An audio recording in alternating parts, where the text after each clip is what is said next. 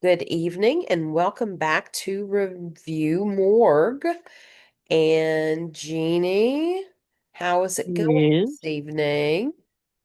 A little rainy, a little thundery, a little Yes. lightning. It's all good. Oh, yeah. Yeah, it's good that most of the storm stuff has passed over us finally. Yes. So, and speaking of storms, because this movie we're going to talk about tonight had a storm in it.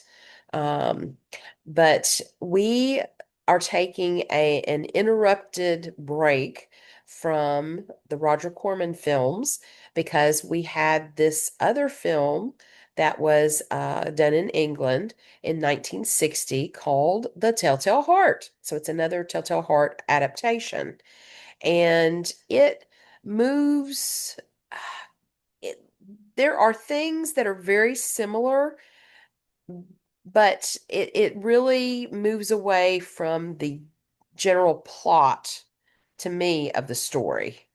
Jeannie, what do you think? I think it was very indicative of the 1960s, Yeah, especially yes. 1960, because from the most part of the movie, I felt like whoever wrote this was high. Ah! Because I was like, yeah, I mean, I could see it. I could see their interpretation, but yes, Yeah. it was basically the opposite mythos of what we know about Edgar Allan Poe, and they put it into the movie. Yes. I totally And agree with that. it was very psychedelic. That's kind of what the word I was looking for. It was Yeah. psychedelic.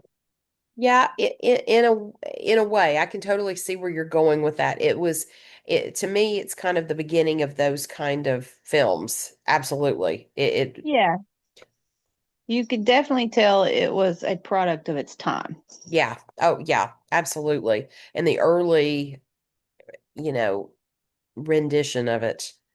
Yes. So the director of this film was Ernest Morris, and actually he did some other things that were much, much bigger than this film.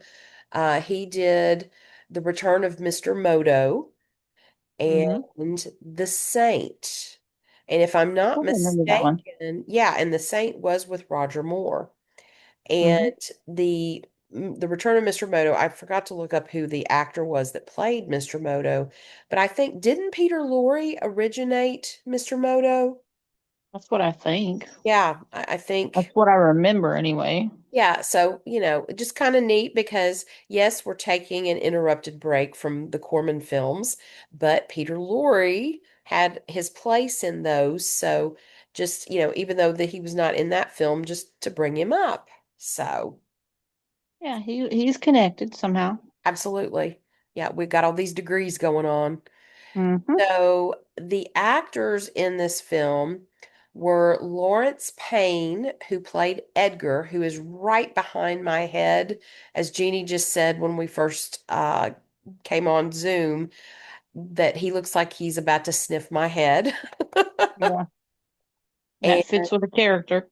yeah, absolutely. Oh my goodness. And so it's two of the movies that the bigger films than this that he did was The Crawling Eye, which was one of, B movie, horror film, Hmm. and then A Farewell to Arms. So we've Oh got yeah. Hemingway going on. And then Adrian Corey, I can't read my handwriting. I think it's Corey. Uh, she is to my You're left. Yes, my left. Thank you. I'm looking at this weirdly. She actually was in A Clockwork Orange and Mhm. she was in Dr. Zhivago. Yeah, out of the three, she was the one I recognized the most, Yeah, absolutely. especially Yeah, the first time I heard her voice.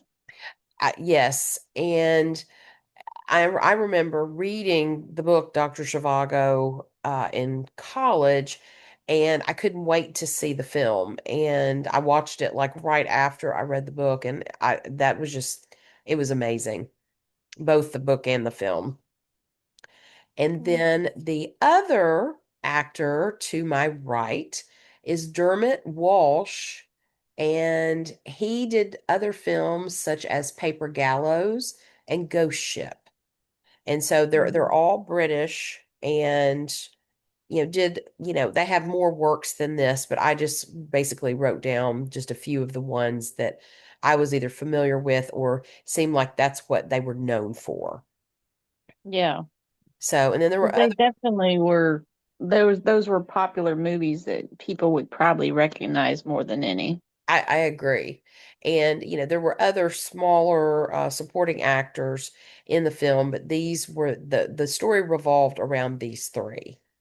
Yeah, And so I guess, Jeannie, where do you want to begin with this? let's start at the And, beginning. and I want to preface this. Many times we talk about this before we record. Tonight, I have no idea what Jeannie thinks, and Jeannie has no idea what I think. So this is going to be an interesting conversation. Exactly. So the one thing I do want to point out first is on the movie posters, they have that, adapted from Edgar Allan Poe's Telltale Heart, right? Yes, yes. If you look at in the movie, in the beginning credits, Mm-hmm. where it says adapted from Edgar Allan Poe, they misspell the Allen in the Oh, beginning credits. I did not catch that. Yes, they made it Allen, but they Okay. spelled it correctly on the posters.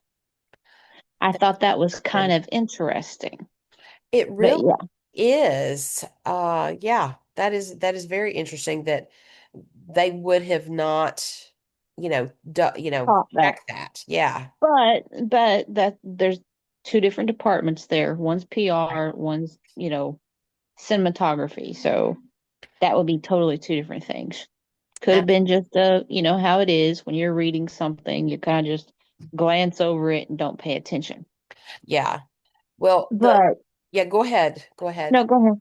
Well, one thing I want to mention that I really liked right off the bat was, the opening scene, you've got a horse and buggy coming into the town, and when they're passing by this wall, it says Rue Morgue. So I liked that they gave another nod to Murders in the Rue Morgue through this film. I thought that was kind of neat. Yeah. At one point that I did like that, but at the other part I was like, are you trying to bring in way too many elements and Very crossing true. over? That is So very true. so And oh, go go ahead. ahead. No, I was just gonna say that in the beginning it was first of all, I can't remember the dude's name. I'll just say Edgar. The guy that Yes. played Edgar is a phenomenal actor for one, because he's very emotive, Yes. I more so than any others that we've seen other than Vincent Price. yes. Uh, and his his body, his facial, his just whole thing kind of carried a lot of the movie Yes. to the point to where at one time I was like, am I watching a silent movie?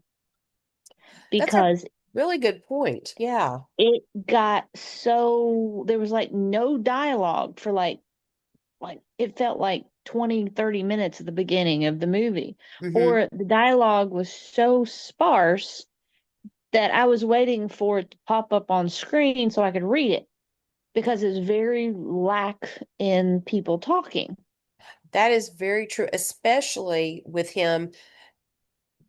Many shots were of him And, Mhm. one thing we can share about the movie, he lived alone. He did have a housekeeper, but he Mhm. did live alone. So it made sense that what you're saying, they're showing him by himself, and he's obviously not talking to himself, at least not yet.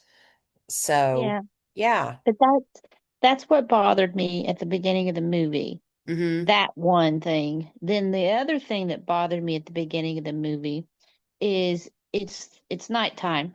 He's in Yes. bed, he's asleep. Uh-huh. Then he starts screaming after he has this nightmare, right? Yes. Yes.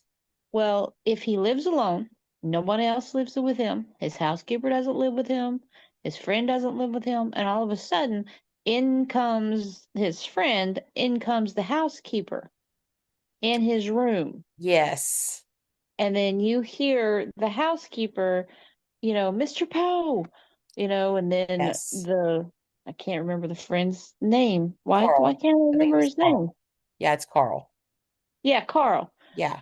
So Carl comes in. He's like, Edgar, what can I do? What do I need? And he's like, give me my medicine. Give me. And then, of Yes. course, Carl goes and he pulls out of the drawer. And this is the first where it indicates that the mythos comes in. Okay. It's drugs, Yes. but these are the sniffing drugs. This is where the 60s come into play, is what I'm saying. Yes, very true. Okay. Yes. Because, Yes. because usually, tranquilizers in those days, they were pills. Yeah. He did Or it not would have take been pills. laudanum and it would have been liquid. Yeah, but that's what I'm saying. It was neither. He Yeah. sniffed it.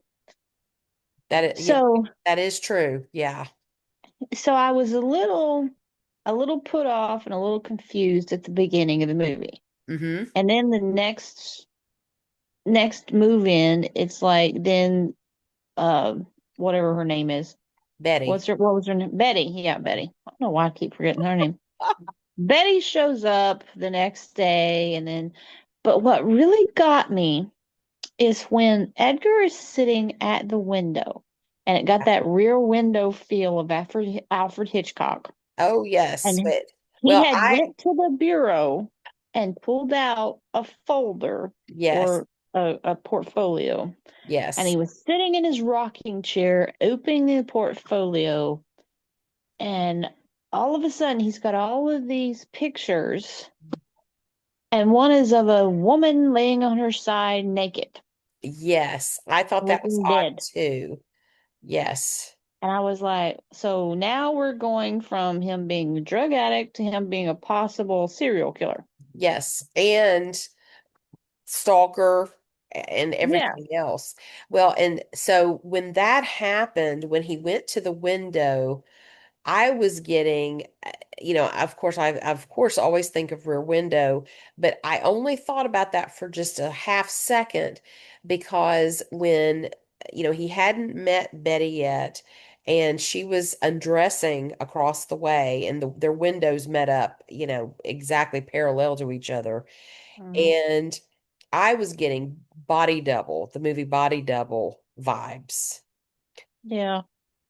There was that too, but the rear window, it hit me more because of him looking at the picture and him being in the Yeah. rocking chair by himself. Okay. Yeah, Um, and I can totally see that. Yeah, I just because it was kind of like creepy. That's yeah, that's what I'm saying. yeah, And it then, was they have him go to a bar and yes. he's always drinking alcohol. So Hmm. that's the next thing. So you Right. got him sniffing drugs, you got him possible serial killer, you got him an alcoholic. Yes. Yeah, So we got all this stuffed in here. I kind of was like, okay, where is this going to go? And is he going to end up being a serial killer? And yeah, I was just like, okay, this is interesting with, they have set up so many different things that he could actually be. And Yeah, and the one thing that really I thought was brilliant on their part is they kept the premise of the essence of Telltale Heart with the blue eye driving him mad, Yeah. the narrator mad. But this time they took it on as it's not the pale blue eye, but it's rather the lack of, or the triangle trifecta of the Yeah. love triangle. Absolutely. It was more about Betty, the obsession Hmm. with Betty. Yeah, I Exactly, totally because agree. he went to stalkerish world. Oh, So yes. Oh, yeah. He yeah, definitely crossed over and came back and went back again. yeah. And then with Carl, and then he came up with this bright idea to use Carl to help him get back into Betty's good graces. Right. Instead of doing that, he got Carl in Betty's good graces. Pun intended. Exactly. Okay. Yeah.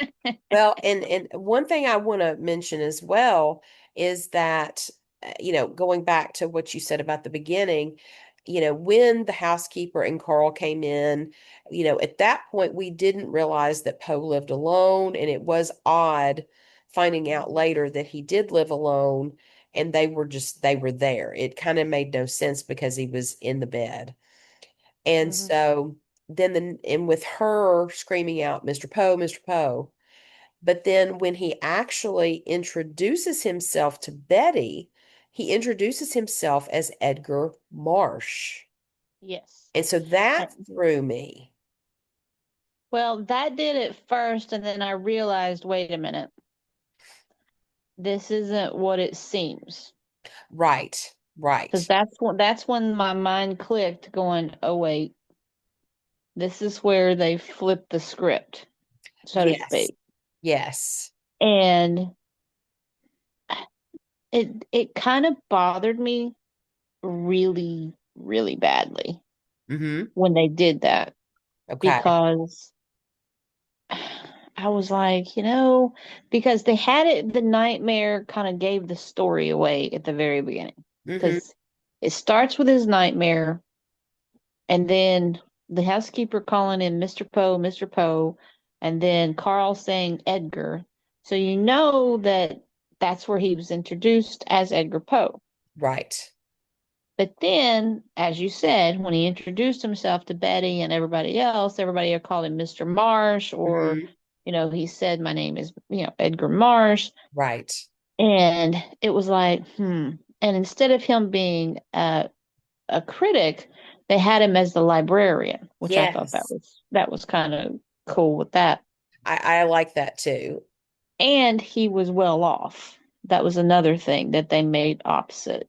Yes. Instead of him struggling, he was actually very well uh centered, I guess we can say, Yes. Well to in the money do. world. He was Because they well. made it out like Carl, he was always bailing Carl out of his troubles. Right. And it was like, yeah, Carl seemed to come from either a good family and he's Hmm. just gambled all his money away or just wasted Hmm. all his money away, or he was someone that he didn't seem like Carl worked real hard. So I Right. gather he came from money and squandered it, is how I felt. Exactly. And then Edgar, like you said, bailed him out. Now, one other thing too that hit me like halfway through, and this has nothing to do with the movie necessarily. It does, but it doesn't. But if this is Edgar Poe, it is Edgar Poe sans mustache, which I Yeah. thought was interesting. And so, because I, how old would you think his character was in this? I kind of pictured around like 40-ish at when Poe died. Is kind of Yeah, how, I was thinking like mid 30s. yeah, something like that. And another thing that really struck me with Carl's character Hmm. is I got two vibes from Carl's character. One, he felt to me, because the Rue Morgue thing, he felt to me as he was a stand-in for the unnamed narrator for Dupin. Yes, yes, and And at the same time, he also, instead of being the unnamed narrator in Telltale Heart, he was the pale blue eye. Yes. So he played like a dual role for me in that story. Yeah, and I can totally see that. That makes a whole lot of sense. Now the gendarmes, I really Yeah. I really did like the gendarme. I did like him. He was hilarious. Oh yeah, he was. He was like one of the best in the whole thing, along with Edgar's character. Like I told, he was an emotive, so he was more of a body actor. Yeah. He very much was a reactive and in the moment. Now Yeah. I will say that Betty's character, after about the second scene, I started disliking her so much. Oh, that's interesting. Well, hold that thought because I want to add something else about Carl before we move to Betty. So Okay. another vibe I got of them was Edgar was kind of like Dorian Gray before Dorian Gray fell into hedonism. Hmm. And Carl was like Lord Henry, that character who kind of was pulling him into debauchery, in a way, highly suggesting it. And it just, I don't know, it just, I got vibes. It's not a full on vibe, but there were notes of it. Yeah, it will. I kind of see where you're going with that, but at the same time, I felt like at the dance hall, Edgar was pulling Carl towards Betty, so he wanted to show that he wasn't completely isolated and a stalker. Yes, But yes. Carl was trying to keep Edgar out of his world. Yes, that's what I say. There were some vibes there, some notes, I guess would be the better way to say it. Yeah. And but it just, I don't know, that it just kind of clicked in my brain while I was watching it. But Yeah. yeah, but let's move on to Betty.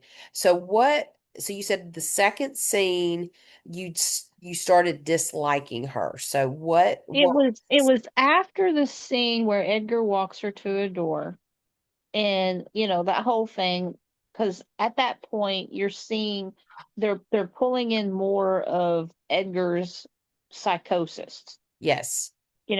like his aversion, his obsession with women, but his aversion to women. Yes. It's like he was a push pull. Yeah, He wanted so much to be emotive and be with a woman, but at the same time he was scared to death of women. exactly. Yes. So what happened in the door, I was not shocked for, but it was Hmm. the next scene back at the flower, and it was The just flower like her market. Mhm. body language and everything just changed, that I didn't feel like it was acting. You know Interesting. what I mean? Because Yeah. I felt like there was a lot of animosity coming through that wasn't in the character. I Okay. felt more as her as an actress was animosity coming in. Okay. And it kind of started turning me off. Okay. And then at the dance hall, when she started basically throwing herself at Carl. Oh yeah, it was so obvious. Yeah. And then I, I did like Carl's character. I did too. Even when he was a two-faced friend, Yes. I still liked his character. But for some reason, she just started getting off-putting Mm-hmm. in the whole story. Yeah. And because when Carl disappeared, Mm-hmm. you know, after they had made plans that they were going to run off and get married and all that kind of stuff, Right. and then she automatically runs to the gendarme to say that he's been gone, he didn't contact me, he didn't tell me, and then they're like, well, that's Carl, Yeah. you know, he's He's a done that with multiple womanizer. women. Exactly. So you're what makes you special, Yeah. kind of thing. But this Yes. is where in the part of the story that I really enjoyed the special effects that they put Yes. in. I totally I agree with don't I you. don't want to give away this part, so I'm just Yeah. gonna say special effects. Um, and this is where Edgar's character, the actor, really, really brings him into play. I think so too. I would have really liked to see, let's see, what was his name, his real name? Lawrence Payne. I would have loved to have seen Lawrence Payne actually to have acted in this story, the real Poe story, the real Yeah. Telltale Heart, as the unnamed narrator and the caretaker of the old man, because I think it would have been like an amazing performance. Yes, he would have done an excellent job for Yeah. sure. Mm-hmm.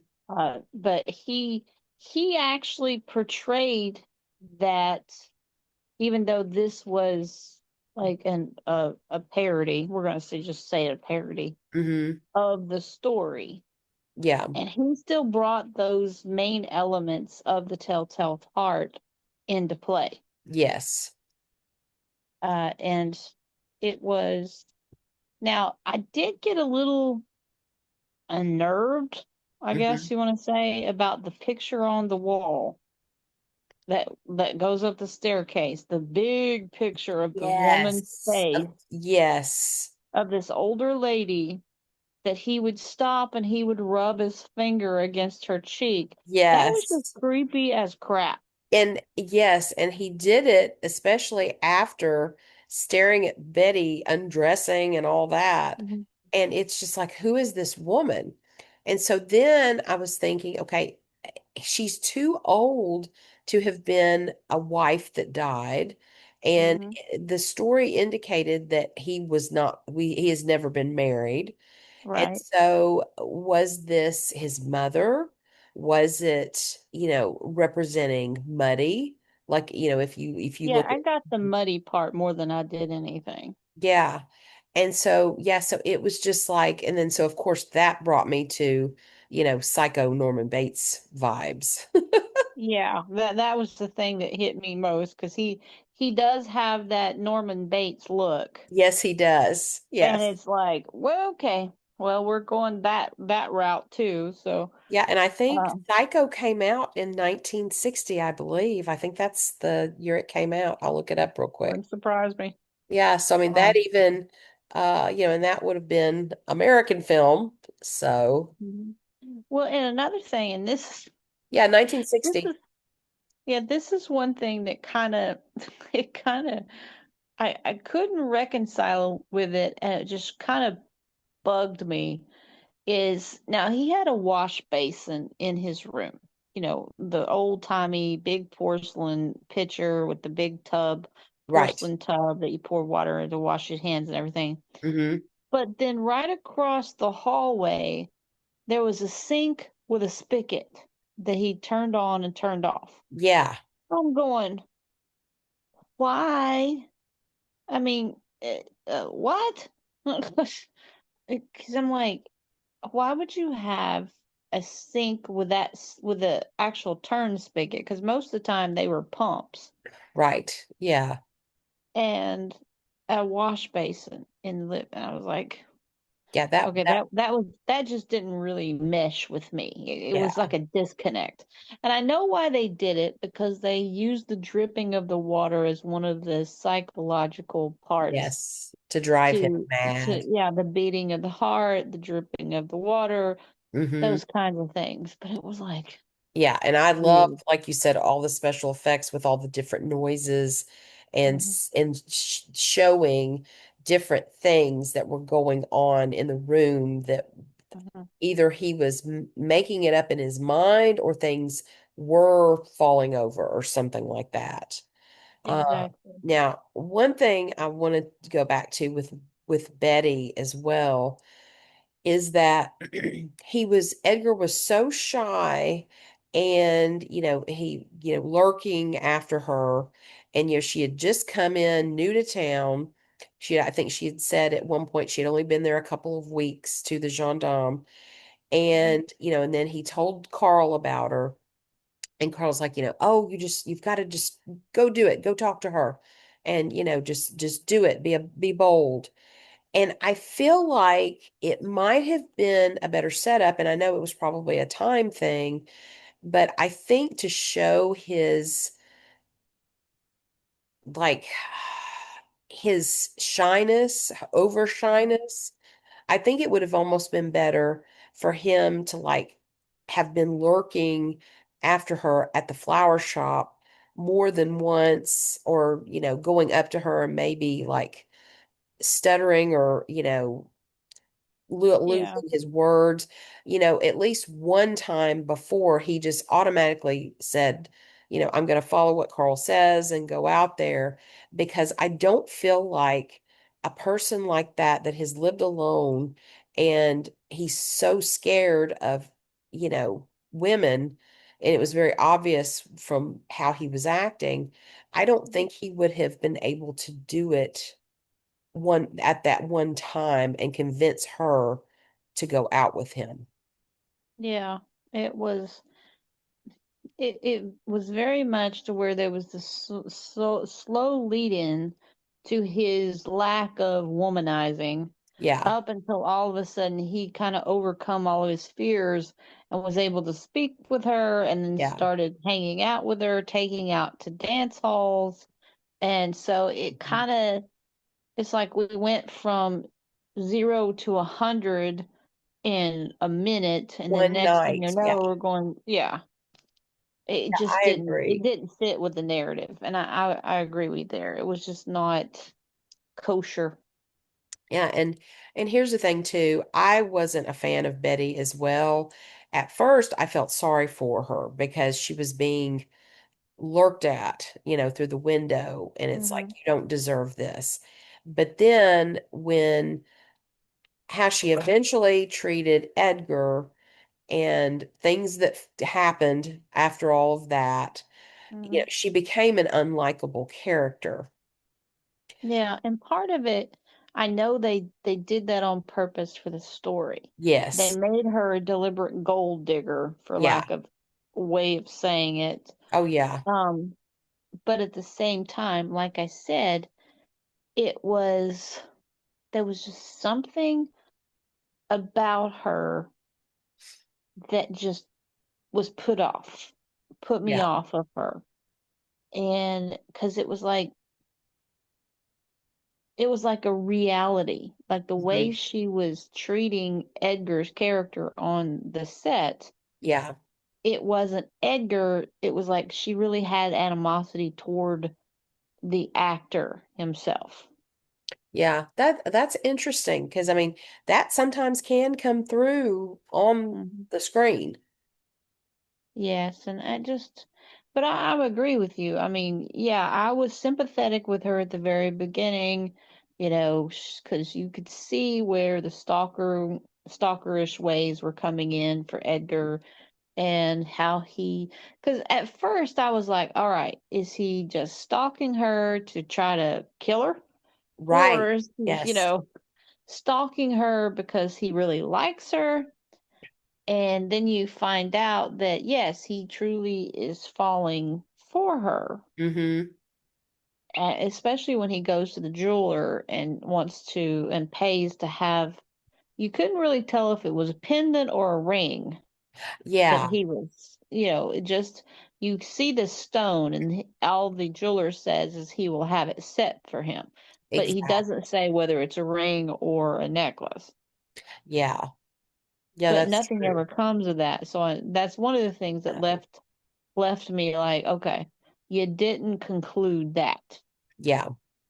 Uh, so, but yeah, the gendarme, I will say the one thing that really confused me was the murder weapon. Yes. I would totally agree with you on that.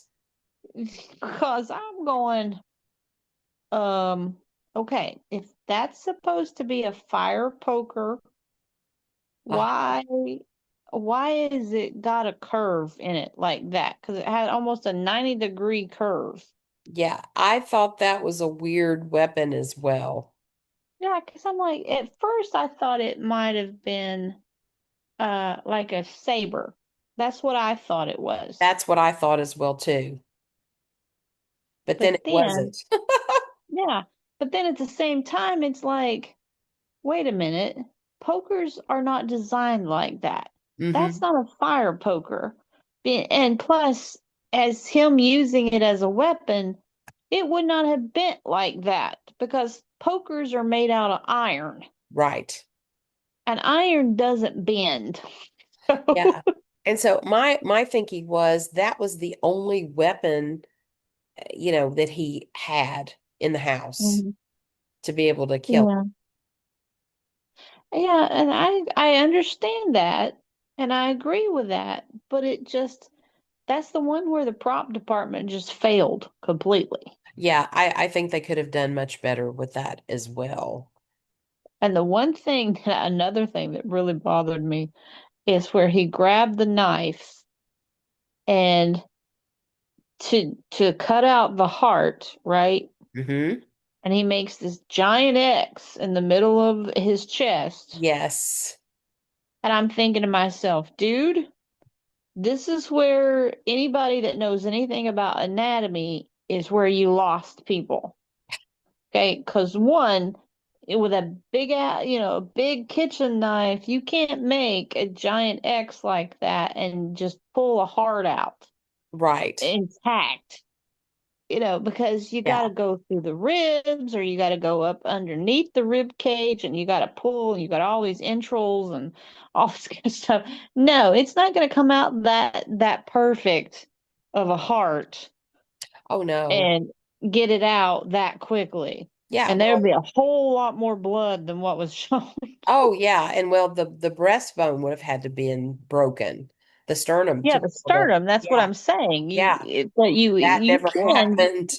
Yeah, that you can go up through, like underneath Right. the rib True. Yeah. cage. That's what Yeah. I'm saying. But you'd have to go through the stomach, the entrails, the liver, and all that. So you'd had a lot more carnage Oh than yeah. just a giant X. And especially when you next see the body again, Yeah. the Don't give body too much has this. away. I'm not. The body just had, I mean, the picture is right there on my thing I of what it know. looks like. Oh yeah. So the giant X on his chest is healed so perfectly. A Yes. dead body does not heal. No. And Okay. what I felt like too is it almost looked like it was stitched up after after he had pulled it out. Is Yeah, but what it that's looked when I like was to like, me. no, the man was crazed. Oh He yeah. was thinking he was hearing a heartbeat and Mhm. he was crazed. There's no way he's going to take a time and stitch a body back together, Oh and no, but it's that's to not say going that's to what it look looked that way. like. It's what it looked like. It just that's where the inconsistencies started getting me, and I was like, well, Yeah. you're losing me. Oh yeah. And And if it wasn't for his acting, I would just been totally put off the whole movie with like, oh no, whatever. yeah. Now I will say this. I really loved the scenery. I thought it was really done well. The only thing that confused me is that, they were all British and it says Rue Morgue. So are we in France? Where are we? So that was Mhm. the inconsistency. I know they're paying homage and I like that, but it's like give somebody a French accent. But Mhm. the other thing, I love the scenery. I love the costumes.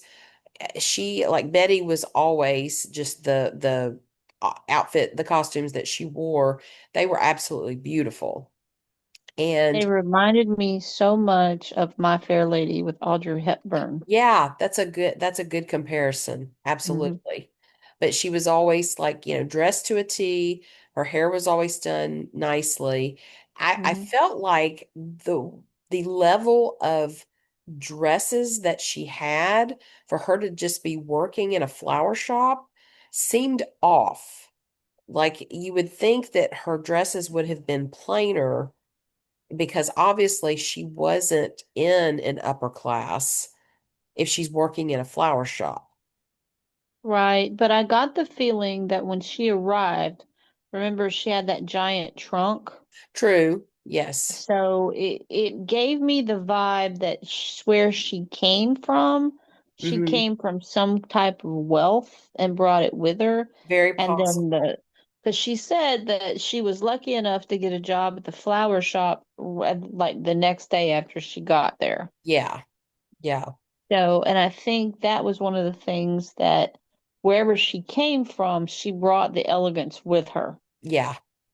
like she was running from somewhere. But then it Yeah. kind of fits with her personality, the way she attached herself to Carl. Absolutely. Even though Edgar was the one with money, Right. she was more drawn to Carl, and that's where I started getting the gold digger vibe. Yeah. Well, and then once Carl was gone, Edgar tried to, get things going with her again. And to some degree, she was going back to him. But she, Hmm. she still was like, where'd Carl go? Did he just dump me? What exactly happened to him? And so it was like, yeah, and I think that especially right there does give the gold digger vibe. It's like it solidifies, but what we Yeah. thought. Yeah, because she is like obsessed with Carl, Hmm. but you're like, yeah, you don't know you know him like less than you do Edgar, so it's Right. like, what the heck? And Yeah. but you could tell that she was trying to get Edgar to admit that he did something to Carl, Right. Exactly. because Yes. she was that's where she was going with that, and you're like, Hmm. oh well. Oh Because yeah. the gendarme told her that she needed more evidence. She needed something that they could investigate. And that's when she started, well, she broke into Edgar's house and started searching the house and Right. found the fire poker Yeah. and brought it to the police station. Hmm. And the junior gendarme told her, well, I'll show this to him, but I don't know what good it's going to do, because and then he tells her, you can't just bring us something that's not going to give us probable, well, he doesn't say probable cause, but But this basically, isn't, yeah, basically it's not going to give us probable cause just to go in and search his house. yeah. This doesn't tell us anything. Hmm.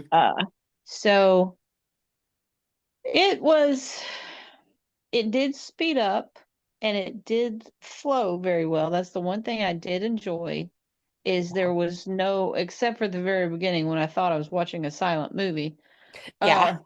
Uh, even thinking I was watching a silent movie, it still had good flow. Yeah, it did. I thought so as well. And and we're about to get to our calls and hisses here. Hmm. And eh, I was gonna say I'll save my thoughts. I don't want to give Yeah. anything else away. Yeah, Um, because I don't want to talk anything about the ending because I think no, people really need to watch this just to get the full vibe. I agree. And the only thing I'll say about it, and I'm not gonna say the title, but to me there was one other link to Poe from another work that he did in this film. And I think it has to do with the beginning and the ending. And I think Hmm. you'll get what I'm saying without me Oh saying yeah, it. Yeah. I But agree. I I mean, agree. People need to see it on their own. yeah, because it was the one thing, like I said at the beginning, when you definitely get the '60s vibe, the psychedelic. Yep. It fits very much with that. So, Yeah. All right. So you're up first tonight. What are your okay. calls and hisses? All right. Well, I'm actually going to go for 5 Raven calls. Oh, wow. Yes. Because the only reason it's not getting sick is there was a few things that I think they could have done better. Like I just said, with Yeah. the heart, the other things, it just There was a few too many inconsistencies, but Mhm. it wasn't enough to put me off of the story. Yeah, no, that makes It sense. the five that I think I'm really pushing for is because even though this was not straight Telltale Heart, Right. it did pull all the elements of Telltale Heart and Yes. had them represented very Mm-hmm. well in the I movie. think so too. Yeah. And the actors were spot on. Like I said, Yeah. Betty was the only one I kind of just had a little not really liking to a lot of, but Yeah. I think it was more about the actress so much more than about Betty's character. Yeah. And so, but the black cat hisses, I am going to give it a three Okay. because of, like I said, there was a lot more inconsistencies than I liked. Mm-hmm. And even though, yes, there were nods to the Rue Morgue and a nods to a few other things, they just did not fit. I Yeah. did not like how they just tossed that in there. It's like if you're making a salad, but then you've got this really good chef salad. You've got all the right ingredients, all the good, and then you just like toss in chickpeas, and you're like, why you don't want to put chickpeas in a chef salad? It just doesn't work, you know. Yeah. So yeah, that's why three black cat hisses is my Okay. thing. So. Okay. All right. So for me, I'm also going to go with five Raven calls for many of the same reasons as you. I thought the acting was very well done, the directing too. I think, Mhm. the director of the film, I really think, Ernest Morris, Or he did a really good job, I think, with creating this story and directing the actors to do what they did, and especially Lawrence Payne, who played Edgar. I hmm totally agree with you, Jenny. He was spot on, but I also liked Carl as well. And uh, it was, I kind of, at first, when I went into watching this on Tubi, because we got to watch it for free, hmm it had the colorized picture of, I don't want to give, well, the it's, yeah. yeah. And it just, I was like, is this a color film, or is it black and white? And so I was, for number one, I was surprised that it was in black and white. Not really surprise, but I was expecting it to be colored. And so I was like, oh, this is a welcome change because I love black and white movies. And so that kind of threw me for a minute. And then I don't know, the picture of that they used on Tubi, it made Edgar look, obviously mad, but hmm it threw me off to think that it was going to be more of a slasher film. I just had this vibe of that from and again, I judged it based on that one picture. And so hmm I was pleasantly surprised, and I really enjoyed it a whole lot more than I thought I would. Um, and so with Black Cat Hisses, I'm probably going to go with two. I think some of the things that you didn't like, it didn't bother me as much, maybe. Like, Yeah. again, I didn't care for Betty almost through the whole thing, but I thought she did a good job. But I can see where you're going with it. Almost seemed like she had aversion to the actor, Edgar. Yeah. And maybe she was just playing it up that well. Um, but yeah, there's a few things that I was I can't put my finger on it. I didn't think that the Black Cat Hisses there was enough for me to go over two, just Mhm. because I didn't like the whole stalkerish, creepy, you know, Edgar. Yeah.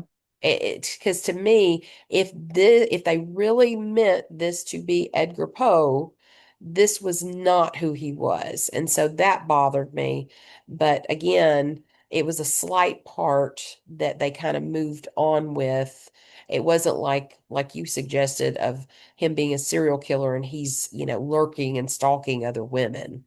Hmm. And so he just became obsessed with Betty. Yeah, and I was actually surprised also that it was black and white because I played it and then I Yeah, stopped and I rewound it and I played. I'm like, okay, yeah, it's black and white, and I yeah, was like, well, that's fine. yeah, But I was like, wait a minute, the Vincent Price Roger Corman was in color. right. So, but then at the same time, you have to think, was it originally filmed in color or did they go back in Technicolor? True. I really think they filmed it in black and white. I think they just Yeah, for the Tubi, picture, yeah, or maybe just how they present it on any channel, they just have that red all over the picture to advertise it. And true. And also, this was filmed in England, right. so they may not have had as much leeway with the color at the time for True. filming. Yeah, because one thing I forgot to look at what was the film production company, but then Hmm. but then think about it. Hitchcock was still doing black and white. Psycho was in Yes, black and white, yes, and so it was still a trend. Black and white, I think, was starting to fade out, and pun intended. Uh, yes. and more colorized films were coming on board. I mean, even some of the 1950s films are colorized. So are And technical. it also probably had a lot to do with budget. Yeah, absolutely. It was very expensive for Yeah. color Yeah, because it was a trend. Because I mean, televisions were just becoming popular in the 50s, and right. not they were not in every household. They were only like in 10 to 15% of households for Exactly. televisions, and they were all black and white because Yeah. when people started being able to afford color televisions, that was like, wow, they were like $600-700, and they're like, nope. Yeah. So, but Exactly. I will say that I was pleasantly surprised by the movie, Hmm. and it would be one that I'd be willing to watch again. I So, agree with you on that. And it was a nice interruption from Corman. hmm, And yes, because honestly, if this one was really bad, I was going to be like, why did we even bother? But yeah, we had to bother. And so, yeah, yeah, it fit. yeah, It definitely fit. yeah. So, So I'm glad we took the time to watch it and review it. It was definitely worth it. And yeah, what one thing we might want to add to each of our review morgues from now on is, would we watch the film again? hmm, And I this one, think that would be, yeah, I would. yeah. I mean, it definitely um would deserve a rewatch because Yeah, I would look at it from a different aspect and try to find things that I might have missed the first time. yeah, me too. Because then I started thinking about it. How many other Poe nuggets might have been floating Mick. around in there Hmm. in Edgar's, room that we missed? Exactly. And like you said, he definitely has the same vibe as Norman Bates. He's got Hmm. that same look, Oh yeah. same style. And actually, when I'm looking at him now, he reminds me of Randolph Mantooth from Emergency Oh, that's funny. because he got kind of like the same facial Yeah, symmetry. yeah. So, but Oh, anyway, funny. Well, I guess on that note, that note, Jeanie, we we are are Poe out. out.